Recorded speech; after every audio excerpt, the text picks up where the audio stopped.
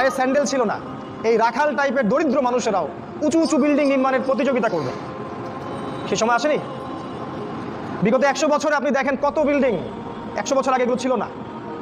আর প্রত্যেকটা বিল্ডিং এর পিছনে আছে সুদ, ব্যাংকের সুদি লোন আর উঁচু উঁচু বিল্ডিং, একটার সাথে একটা সম্পর্কিত। নবীজি আরো বলেছেন, শেষ জামানা বা আখিরুজ জামান বা কিয়ামতের আলামত হচ্ছে মানুষ পিতা মাতাকে সম্মান করবে না। পিতা আর মা এই দুইজন যে সম্মানের পাত্র, এই বোধটাই মানুষের উঠে যাবে। সম্পদের জন্য মানুষ তার পিতাকে হত্যা করবে, ভাই তার ভাইকে হত্যা করবে, স্বামী স্ত্রীকে হত্যা করবে, স্ত্রী স্বামীকে হত্যা করবে, এমনকি সন্তান মাকে পর্যন্ত হত্যা করবে সম্পত্তির কারণে।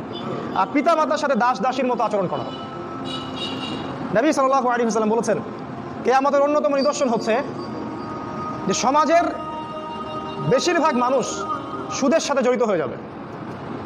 ইচ্ছায় হোক আর অনিচ্ছায় হোক, হয় ব্যক্তি সুদ খাবে